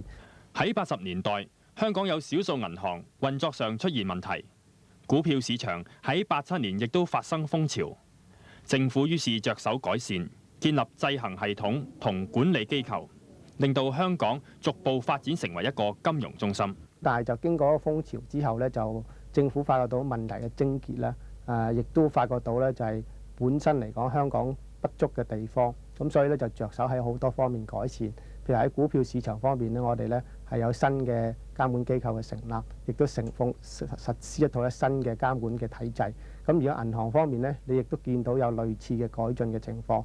譬如90年代初期，你見到93年我哋有金融管理局嘅成立啦，咁亦都咧就係喺個監管方面咧係着力追上呢個國際水平，咁變咗咧就俾到咧國際投資者嘅信心，咁令到香港方面咧喺國際嘅地位同埋聲譽咧係有所提高。咁變咗你見到係其實90年代開始先至係香港咧就係踏入一個比較上係成熟啲嘅、鞏固啲嘅金融中心嘅地位。香港金融業嘅下一個目標又會係乜嘢呢？現任聯合交易所主席鄭維健4月喺倫敦一次公開演講，佢話希望香港成為亞洲嘅倫敦金融中心，最後成為中國嘅曼克頓，好似美國嘅華爾街一樣。從事金融業嘅葉強話對香港喺97之後依然係亞太主要金融中心非常樂觀，原因係中國會倚重香港。咁香港呢，就喺中國境內唯一個有一個係健全金融體系，一個非常有呢個潛力嘅股票市場，再加上呢係資金嘅來往係絕冇管制，而係中國領土一部分，所以中國大陸呢一定會繼續支持香港發展。葉強華估計，由於香港喺提供資金集散服務方面有極高嘅水準，本身亦都係一個大嘅市場，鄰近亞太區競爭對手，例如新加坡、南韓等等國家，亦都會透過香港嚟參與融資。因為香港代表咗中國咁龐大嘅市場咧，你譬如鄰近國家，包括韓國啊、新加坡啊、澳洲啊、日本啊，要參與呢個市場咧，好可能都會通過香港嚟到做嘅。咁幾方面配合之下咧，我覺得香港亦都越來越好嘅。咁又好得意啊！資金咧嘅一個集散地越成功咧，就越多人嚟嘅。咁變咗咧就會係我哋係即係英文叫 success lead to success， 一路會繼續會好咯。本港幾間大專院校都有為香港進一步發展成為金融中心作出準備。城市大學金融經濟系就已經喺課程裡面安排一個模擬金融中心交易嘅科目，學生透過模擬嘅買賣去體會實際情況。而家金融行業個發展呢就相當快嘅，就大家都見到一日千里嘅。咁其實最新嘅發展呢，就係越嚟越多咧唔同種類同埋越嚟越複雜嘅衍生工具。咁香港喺呢方面嘅發展呢，亦都相當快。張仁良睇好香港喺97之後會係中國另一個重要嘅金融中心，為國營企業融資。好多企業需要融資，同埋好多基建呢亦都需要大量嘅融資。咁香港呢，作為一個國際性嘅金融中心呢，會繼續為中國嘅經濟改革呢盡一分力嘅。喺97年之後，上海喺30、40年代曾經係亞洲區嘅金融業務老大哥。喺過去幾年，上海好着力去重建佢嘅金融中心領導地位。香港需唔需要擔心面對上海嘅競爭呢？張仁良就認為唔需要憂慮。一個中國咁大呢，佢容納兩個金融中心嘅機會呢，就亦都相當大。一個華南地區，一個呢就係華北，係比較近日本。咁所以我覺得香港呢個重要性呢，就唔會因此呢就與97成為中國一部分呢而減少。而我睇法呢，就係會越嚟越緊要添。其實最緊要就係配合，點樣配合呢兩個金融中心嘅發展，令到佢哋可以分工合作，同埋香港作為一個國際性嘅金融中心，點樣可以幫助上海或者幫助中國就走向21世紀。而且佢認為上海現有嘅條件，起碼要一段時間先至可以喺金融方面追上香港。不過近幾年經常到中國幾個主要城市考察嘅投資家麥嘉華就有唔同嘅睇法。佢話：上海喺80年代尾恢復金融中心運作之後，進步好快。佢睇上海5至10年就可以超越香港金融中心嘅地位。No doubt that Shanghai will eventually overtake Hong Kong economically and also as a financial center outside Japan. How long? Well, I think it may take about 5 to 10 years because we still have to consider that Hong Kong has a well-established legal and financial infrastructure, but that is now being developed very rapidly in Shanghai as well. 麥嘉華以近20-30年嚟幾個世界金融中心嘅演變去支持佢嘅睇法。Today, movements in financial markets can occur very quickly. I mean, in 1970, the Japanese stock market capitalization was still inferior to the one of IBM, and 20 years later, the Japanese stock market capitalization was larger than the US, England, and Germany together. So you can see that the market capitalization of a region or a country can grow enormously. And in China today, after 5 years of stock exchanges, we have a market cap of approximately $100 billion US. This is larger than Hong Kong was in 1986. 任職基金總裁嘅麥樸斯對中國近4-5年嘅變化有親身嘅感受。4年前，佢去中國上市公司實地審查，得到冷淡嘅對待。但係最近再去4年前嘅地方，感覺完全唔同。佢話：中國喺度急速變緊。We visited the company again 4 years later, and the attitude had changed completely. This time, he was willing to tell us about the company. He was happy. He greeted us. He served us tea. The whole attitude had changed, and that's kind of symptomatic of what's happening in China. Now, these state enterprises are beginning to realize that the trend of events has changed. That shareholders are important. That they must serve the public. The existence of their enterprise does not depend just on government edict or government handouts, but it depends on their performance. 經濟學者張五常教授就經濟方面對香港回歸有咁嘅睇法。中國嘅制度改革能夠到97嘅時候，改革到同香港唔會有大衝突啊嘛。呢一點做到啊，真係幸運。你而家係有深圳乜大分別啫？啱唔啱啊？呢一點做到啊，呢一點做到啊，所以呢個真係香港名不蓋傳啊。不過，張五常認為香港經濟喺中國開放之下存在2個隱憂。香港經濟好多隱憂㗎啦嘛。我講第一個隱憂，一個香港最主要嘅行業就係貨運嘅行業。要貨運行業咧開始走下坡㗎咯喎，台灣開度直接去啊嘛，深圳嗰啲咩講冚唪唥直線上升啊嘛。而香港咧，起碼喺相比嘅相對嘅形勢上係節節敗退，呢個已經肯定。第二個問題，我哋呢個係金融中心啊嘛，中國嘅人民幣而家開手漸趨國際化啊。第二咧，佢呢個人民銀行要呢種專利權啊，而為保護佢哋自己嘅飯碗。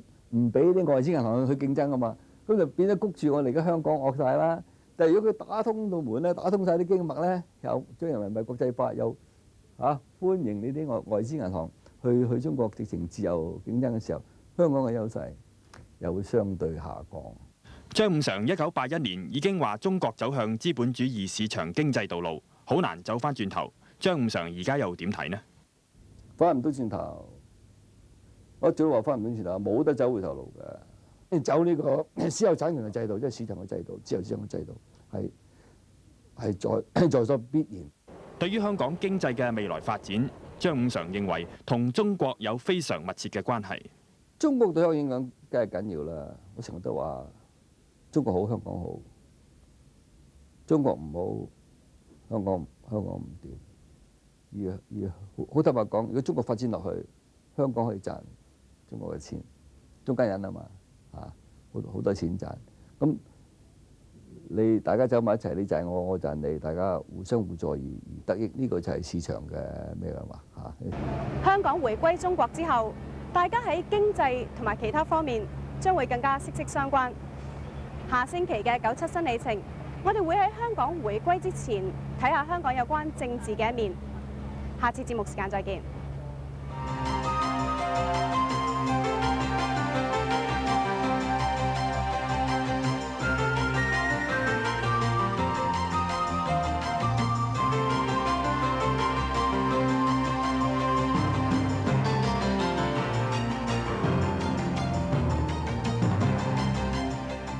今次我哋會着好多designer 設計嗰啲靚衫一齊行 catwalk 擺靚靚嘅 pose 俾你哋睇。對於當晚去參加呢個盛會咧，我覺得好開心同埋好興奮㗎，因為咧呢個時刻只不過歷史上係出現一次嘅啫。今晚8點8，跑馬地萬眾同心大會演。有咗呢部12合1私人健身系統，就好似搬咗個健身室返屋企一樣。12合1私人健身系統係由我哋嘅專家精選12個全面鍛鍊身體嘅運動動作設計而成，運動效率高而且售價平。每日只需要用少少時間，根據轉盤上嘅指示，選擇適合自己嘅動作。你仲可以集中鍛鍊身體不同部位，二頭肌同埋三角肌壓練，腹肌鍛鍊，背肌鍛鍊，大腿內外側運動，坐圍收緊運動，肩部同埋胸肌運動等等。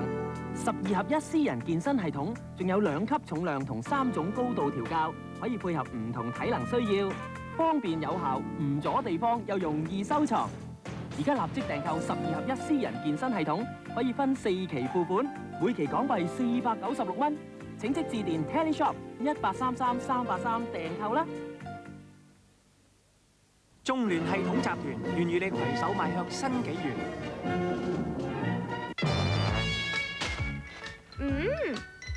俾埋呢包嚟試下。1蚊1包。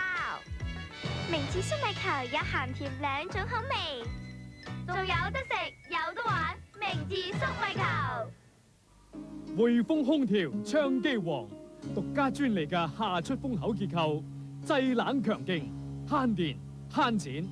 窗口機嘅價格，分體機嘅享受。匯豐窗機王。為紀念鄧小平豐功偉績，由中銀集團承保1997香港回歸中國紀念金幣公司發行嘅紀念金幣，香港配額僅存少量，欲購從速。訂購熱線28348333，傳真28930156。宣揚東方之珠為香港嘅成功留一份紀念。香港榮譽出版有限公司隆重推出名人香港紀念珍藏畫冊，書內輯錄咗100多位名人及300多幅最新嘅港九、新界、離島精美圖片，名師設計，中英對照，係紀念香港回歸歷史盛事之最佳收藏及饋贈禮品。現已在各大書局、屈臣氏、華潤百貨公開發售。中山東方花園耗資8億，近千棟現樓湖景別墅，1003尺孖屋別墅連過千尺私家花園，只係賣33萬幾起，首期1成。展銷會喺6月28日至7月2號，佐敦地鐵站4海大廈。置業國際代理。亞視與你全程見證我的香港我的家。今晚11點10分現場直播主權交接日香港交接儀式。深夜1點10分特區成立暨宣誓就職。聽日特區成立首日，上午9點15分特區政府成立慶典，下午3點45分北京香港招待酒會，晚上8點中央領導人講話。亞視與你全程見證我的香港段段歷史性時刻。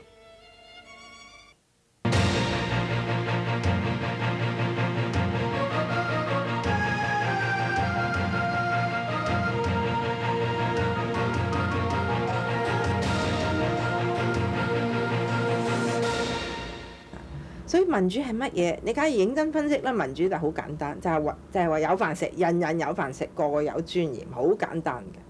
譬如啲人關心嘅咧，關心就係97之後，我哋可唔可以繼續喺度做生意，繼續賺錢，繼續生活？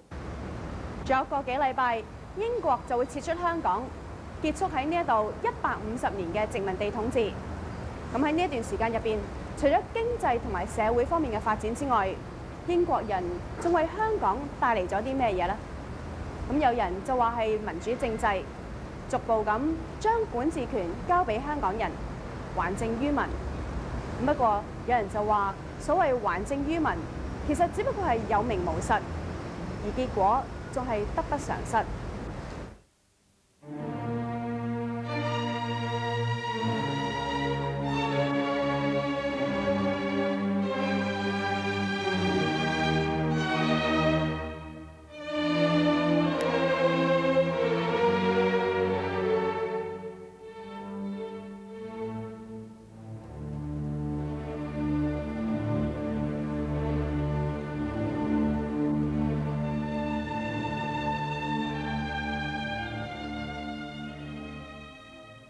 以英國政府嚟講咧，我認為對佢嚟講咧，佢要離開香港咧，呢個係對佢嚟講係最方便嘅方式。英國喺香港逐步推行政治改革，比較主要嘅步伐可以話喺80年6月開始。當時嘅港督麥理浩推出地方行政的模式綠皮書，建議成立民選嘅區議會處理地區事務，改革香港嘅政治體制，引入咗全民參與嘅選舉制度。當時中英兩國之間仲未開始談判香港嘅前途問題，社會上對呢方面嘅關注亦都唔算多。但係其實喺公布綠皮書之前，麥理浩曾經訪問北京，同中方討論過政改嘅問題，但係中方就表示反對。This is a very interesting point.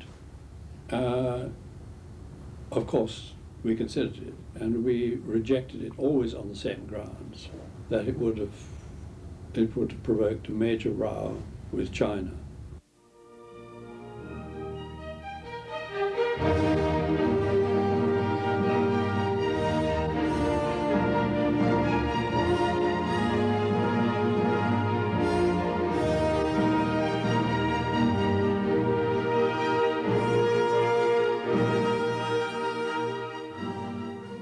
84年，中方咧就喺9月宣布咧，如果你哋英國係咁強硬咧，我哋10月底咧就會單方面公布呢個收回香港嘅詳細情形。就我哋咧就唔再通量，我哋話要咁樣做啦。咁英國人就軟咗落嚟咧。喺84年，英方宣布97年將香港交還中國。3個月之後，當時嘅港督尤德就公布代議政制綠皮書，開宗明義話目標係要還政於民，喺香港建立一個有代表性、有直接向港人負責嘅政治制度。綠皮書將82年嘅區議會選舉亦都納入推行代議政制嘅步伐之一，而嚟緊嘅首要步驟就係要喺立法局引入選舉議席。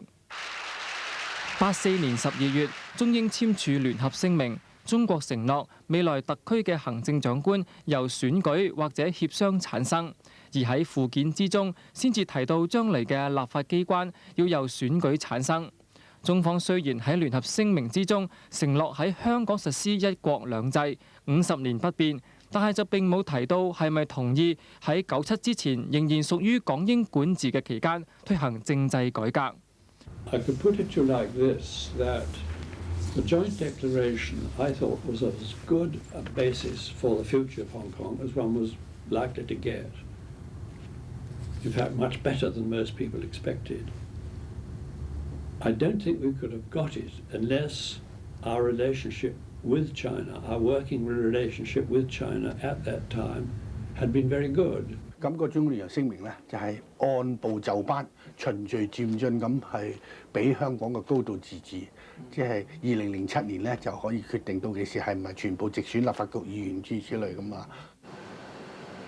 陳梓君係香港老牌政治團體公民協會嘅中堅分子，做咗25年嘅市政局議員，係60年代少數參與公共事務嘅華人代表。本身係大律師嘅陳梓君，而家嘅公職就保留返政協委員同埋房委會屬下一個小組成員嘅工作。陳梓君承認，隨住政制改革，香港政治大氣候轉變，佢亦都決定淡出政治舞台。當其時咧係有咁嘅空間俾我哋活動，但係到即係90年代初期嘅時候咧，出嚟嘅人太多啦。同時我又唔係年紀一日輕，係年紀一日大，咁新嘅款式、新嘅方法出嚟去玩政治咧，大丈夫咧要拎得起放得低。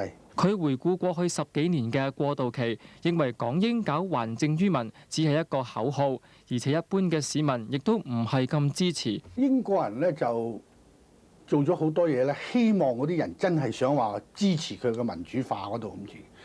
咁到某一個程度嚟講咧，就係有人支持佢，但都唔係話多得咁緊要。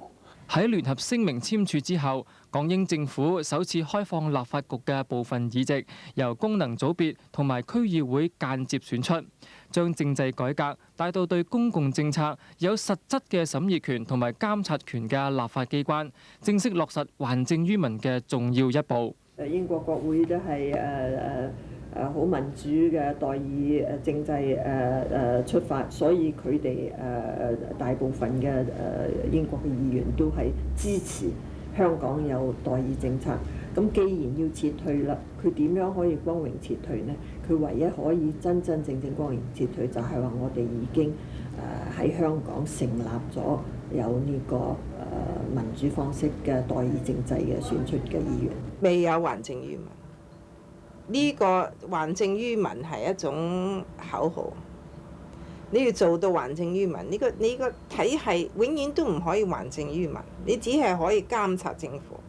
假如係好多人以為我哋要求還政於民成功咧嚇，呢個係極大嘅錯誤。政府嘅權力喺政府中央政府掌握嘅。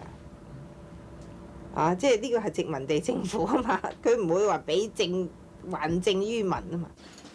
Ken 我而家去立法局開會啦。黃錢其濂喺政府服務咗超過20年，不過就因為本地化政策而被迫提早退休。之後參選成為立法局議員，亦都係循新增嘅公務員組別出線。黃太話：公務員隊伍之中亦都有要求民主嘅聲音，但係對政制改革，政府嘅態度一向都係好被動。你嗰啲所謂政治嘅政制方案又好，乜嘢方案都好，我哋係處於喺政府，就係你做高官都好，係處於被動式嘅。忽然間好似話 City District Officer Scheme 即係嗰陣時叫咩政務官喺嗰個嚇。咁而家就區議會等等啦。嗰陣時第一次有張文章落嚟話有呢件事喎，咁我咪覺得點解咧？咁我都問點解咧？係咪啊？人哋唔係話諮詢過我，黃太人哋覺得應該係點做啊，先至嚟推行啊？呢啲係幾廿年前喺政府，我係第一位寫文章演講嗰陣時講民主嘅，喺個教堂入邊，所以冇人登啊，明唔明啊？咁呢個民主係咪彭督俾我哋呢？不至於，甚至乎香港人訴求民主好耐。嗰本書嘅名呢，係《香港感懷錄》。點解感懷呢？感情嘅感啦，懷呢即係懷抱啊嚇，懷念啊嗰個即係記錄總結港英政府喺香港嘅即係所作嘅一切啦嚇，好又好，壞又好。當然啦，係一個改朝換代嘅時刻。但係呢個係將來香港嘅起端。黃太嘅新書亦都選用咗一個畫家同攝影師嘅作品，透過唔同嘅藝術形式嚟到表達對香港嘅感覺。呢個呢就係真係好似代表某部分嘅香港。我睇其他啲香港咧，好富裕好開心，好燦爛。但係呢個香港對我嚟話咧，又特別有意義。呢個係荔枝角嗰啲即係野獸嘅籠獸籠。咁呢度咧我就今日就覺得係好好啦。呢個咧就係話你知啊，好似俾啲木棍嚟撐住嗰啲舊屋啊！呢個係堅尼地道，係今時今日嘅香港喎。你睇我哋啲高樓大廈好燦爛啊，幾十層樓，但係都現在今時今日見證香港有呢啲咁嘅屋。你坐喺度，你自己揀㗎？呢個你自己揀？係咁啦，即係好似有啲毛語錄嗰啲係嘛？黃太話：佢以前因為公務員本地化要退休，而家就因為中英爭拗而從立法局落車。不過佢仍然唔覺得自己係隨住英方從香港嘅政治舞台而淡出。佢話自己係香港人，卸任之後會專注寫書。咁我就希望遲啲咧，過幾年咧，亦都寫一本關於97後嘅香港係點咧？係咪有唔同人啊、唔同思想啊、唔同睇法咧，定係乜嘢咧？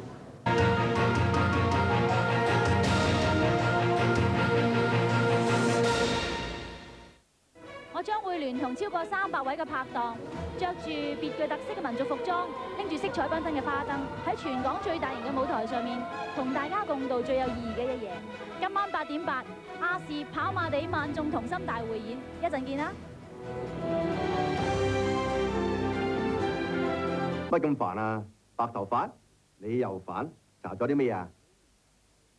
學我啦，梳啲美源髮彩，逐漸變黑又得。立即變黑晒亦得，得咗。美源髮彩冇得彈。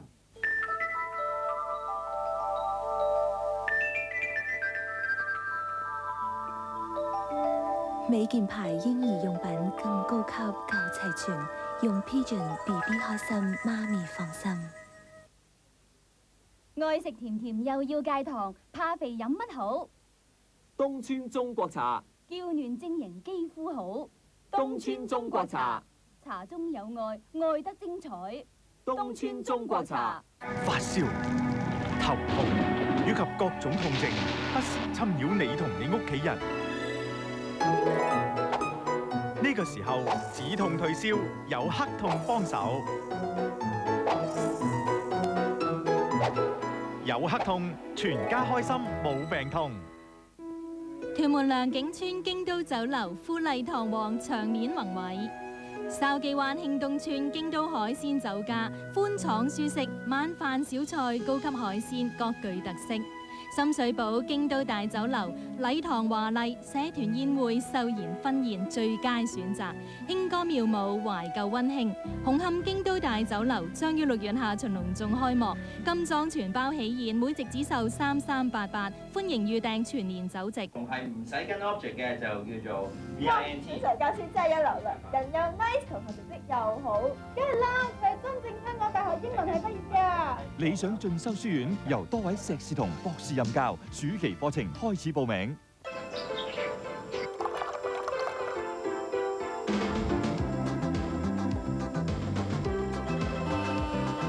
家嫂做家務辛唔辛苦啊？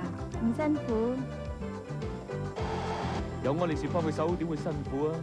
安力士家庭小電器帶出生活無限美。虎門炮台上嘅一頁血淚史，北京、廣東實地拍攝，不惜工本重現禁煙英雄傳奇一生。先鋒裝修精選，林則徐。聽晚12點10分，本港台。呢間屋係我爸爸起㗎，已經差唔多有100年啦。呢係我哋祖先歷年嚟所得到嘅威水史嚟㗎。一般打香港嘅時候呢，連衫同襪都冇得着㗎。我知道以前阿爺嗰代係好辛苦咯。現在個孫嗰代呢，屋企家庭嘅環境好過以前。而家社會上面嘅競爭係大咗好多咯，身邊好多人都幾冷酷無情咯。希望教導佢勤力啲，將來為社會服務。留喺香港，我知道我唔會捨得呢個地方。全程見證我的香港，我的家。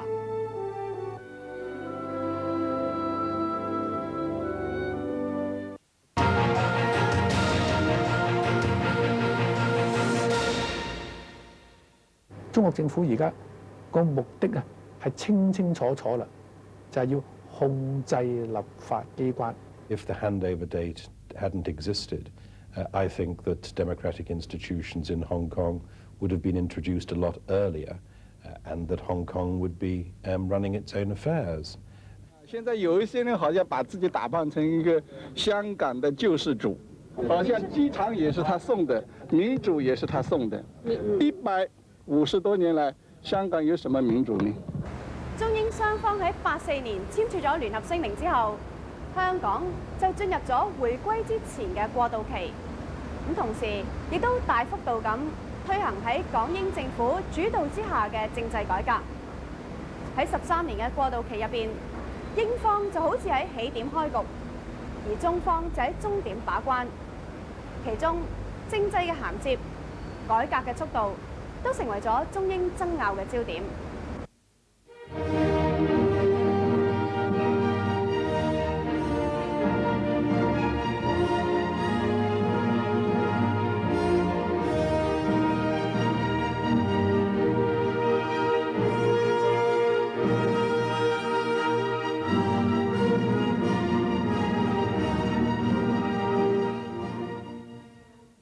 港英政府積極推動代議政制，重點放喺開放立法局議席由選舉產生。而喺同一時間，中方成立基本法起草委員會，草擬基本法，決定97年之後嘅立法機制。喺聯合聲明之中，雖然英方承諾97年交還香港，中方就承認英國97之前喺香港嘅管治權。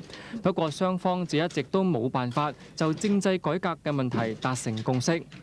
基本法起草工作開始咗唔夠5個月，當時嘅新華社香港分社社長許家屯喺香港召開首次嘅記者會，就批評港英政府搞政改。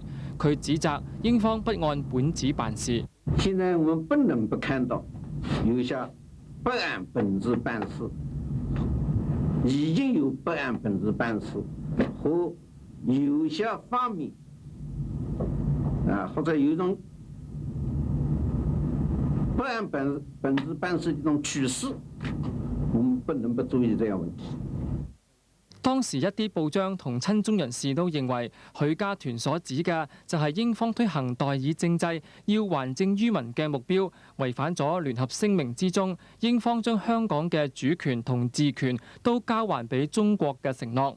換言之，中方認為英方唔應該還政於香港市民，只可以還政於中國。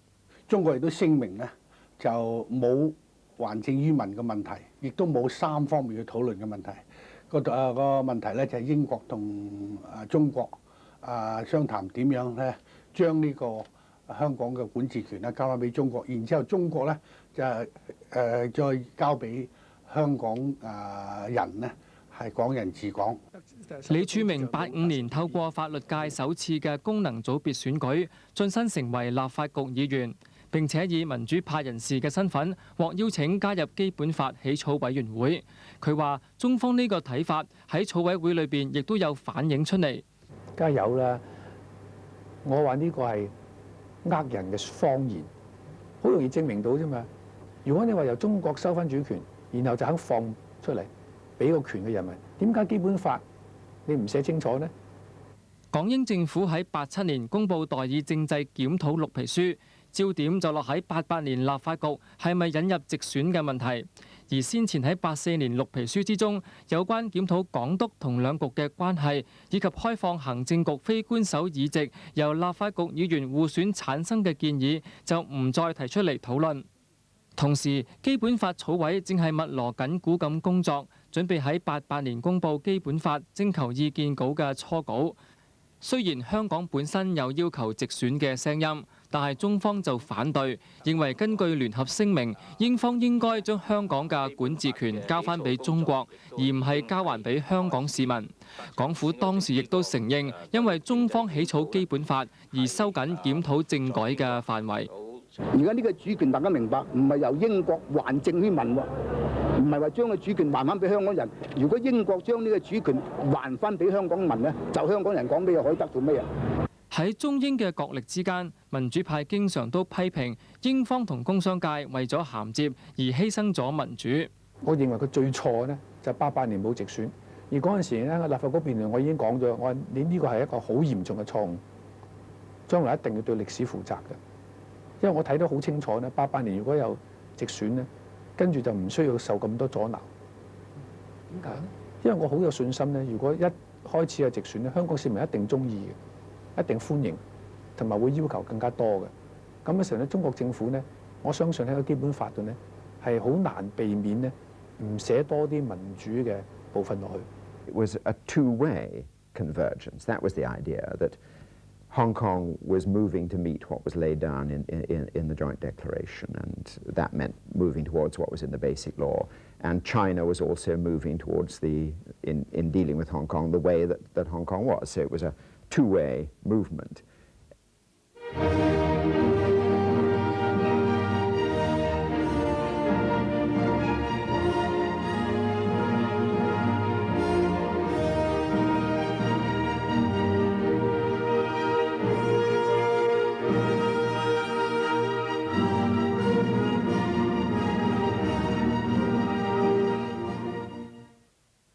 I always say to myself, could there have been some way that we could have explained better why we were doing it, that this was not trying to use up Hong Kong's resources in some way for British benefit. It was quite the opposite. It was trying to use Hong Kong's resources to plan long-term for Hong Kong. So yeah, I think things like that, I do feel maybe I could have done it slightly differently, maybe we could have achieved better results, but on no broad strategic issue do I feel that it should have been fundamentally different.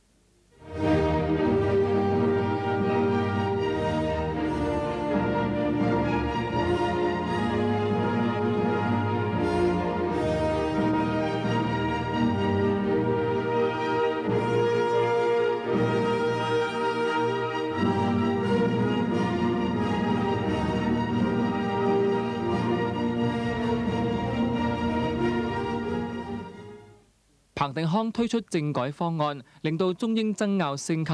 中方仲警告唔俾港英管治之下最後一屆嘅立法局議員過渡97。一個是違反聯合聲明，中英聯合聲明。第二呢，也是不符合基本法的規定。第三呢，也是違背了過去幾年裡面中英雙方就95年這個選舉的安排所達成的一些個協議。That the proposals I have made, which are my best judgment on the point of balance in Hong Kong thinking on this important issue, do not breach either the joint declaration, the basic law, or any previous discussions between the present sovereign power and the future sovereign power. 彭定康先生將來歷史上要成為香港的千古罪人。由於中英雙方並冇喺聯合聲明之中寫清楚過渡期內嘅政制發展步伐，所以兩國就直通車嘅問題展開多年嘅漫長談判。不過，最終都因為彭定康嘅政改方案而令到直通車方案冇機會實現。彭定康以還政於民做前提嘅做法，到底係唔係明智，引起好大嘅爭議。I'm not blaming Mr. Patten about this. I blame the Foreign Office. I mean, he had no experience. He's a brilliant speaker, a wonderful politician. But once he was started on this particular way, of course he was going to play it very hard because that's in the nature of British politicians. What we've been talking about is whether Hong Kong is to have its autonomy. What we've been talking about is whether Hong Kong is to remain a free society. What we've been talking about is whether people really trust Hong Kong. The idea that the last legislature under British administration should go straight through to 1999, that was, again, a remarkable agreement and a broad-minded agreement from the part of China. I'm disappointed that that hasn't happened. 95年香港喺港英管治之下舉行最後一屆嘅立法局選舉，總共有20席嘅地區直選議席，加上新增嘅9個功能組別，全港在職人士擁有佢哋嘅第2票。從選民資格嘅普及性嚟睇，呢次係歷嚟最開放㗎。不過，由於冇咗直通車，選出嚟嘅議員就唔可以過渡97。正如李柱銘到今個月底要從立法局落車，喺同一日。最後一任嘅港督彭定康亦都要離開香港返回英國，佢哋嘅命運唔單止相似，對英國還政於民嘅睇法亦都有相同嘅地方。我覺得係嘅，即係睇翻歷史呢，英國政府還政於民嘅時候係好遲嘅。I think we've started to do that, though we haven't gone the whole way because we've been constrained by the pace which was set out in the Joint Declaration and the Basic Law. If you say to me, would you have liked to have gone faster? Yes, I'd have liked to have gone faster, but those sacred texts, the Joint Declaration and the Basic Law, didn't make it possible. 冇咗直通車，對於香港回歸之後又有乜嘢影響呢？唔使好耐，我哋就會有更多了解。下星期我哋會探討一下香港即將開展嘅政治新里程，港人治港。下次節目時間再見。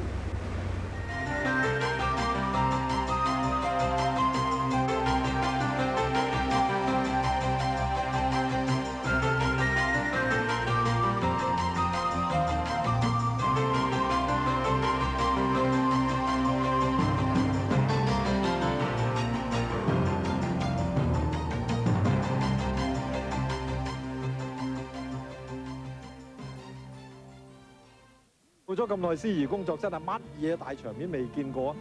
但係好似呢一個咁大陣仗、咁有歷史代表性嘅